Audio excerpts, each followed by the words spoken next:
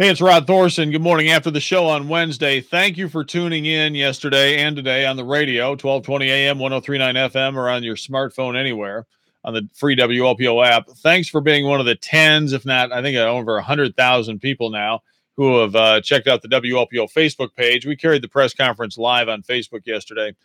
And there will be more to come, of course, in the Diamond Bradley murder investigation. And thanks to all the law enforcement and everybody involved in a lot of different jurisdictions for helping to bring one person one step closer to justice.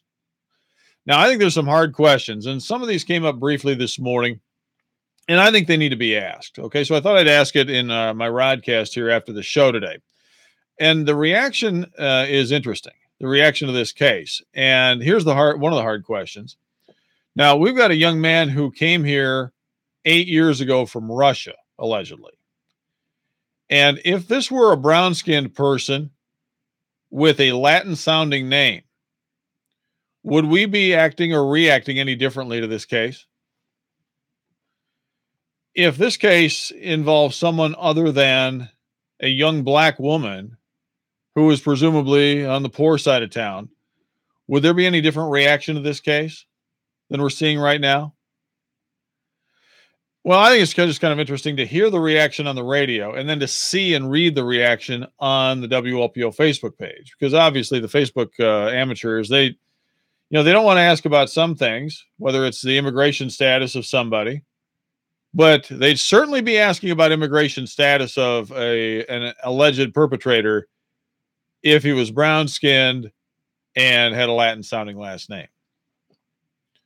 Would it be treated any differently if the victim was different?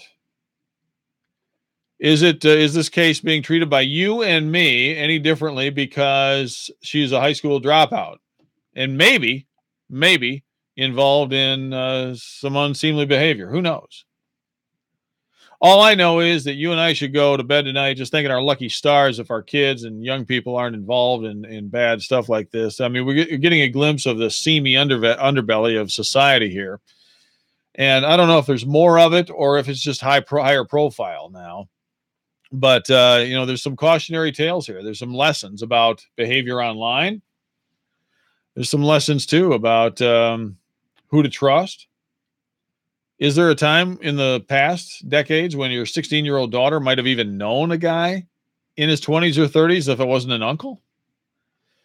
So these are hard questions, and I guess over the run of this case, we can analyze some of it. And it's not just about the case. It's about you and me and how we deal with it, how we work our way through this case and some of the hard questions that we ask to hopefully keep your and my family safe, and how we react to it based on who's involved too. I'm Rod Thorson with some hard questions about the Diamond Bradley homicide investigation that is in its very early stages. And here at WLPO, of course, the most important radio station in North Central Illinois and the biggest radio show in the morning, we'll keep you up to speed, and we appreciate your comments, your suggestions, your thoughts, and your ideas about the coverage of it, and your observations about not only the professional coverage of it, but the amateurs making comments, mostly online, about the people involved. Some thoughts on Wednesday morning. I'm Rod Thorson. Have a good one. I'll see you back here tomorrow morning with more WLPO.